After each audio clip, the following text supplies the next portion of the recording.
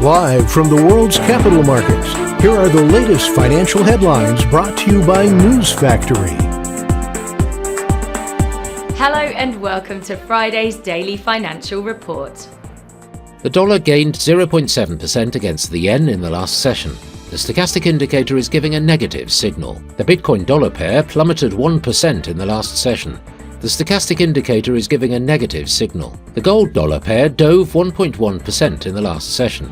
The ROC is giving a negative signal. The oil dollar pair saw a minor dip of 0.2% in the last session. The MACD is giving a positive signal. And now let's hear what our chief analyst picked up for us today.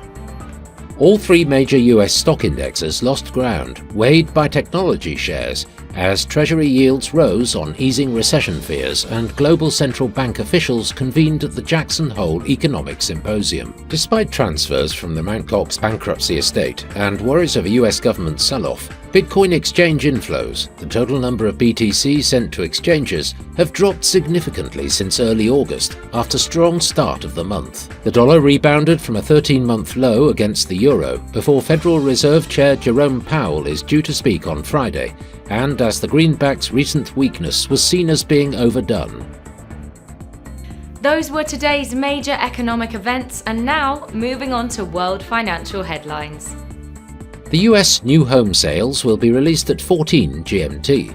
The US Baker Hughes US oil rig count at 17 GMT. The French business climate in manufacturing at 6:45 GMT. Japan's CFTC JPY NC net positions will be released at 19:30 GMT. The UK's CFTC GBP NC net positions at 19:30 GMT. Canada's retail sales at 12:30 GMT.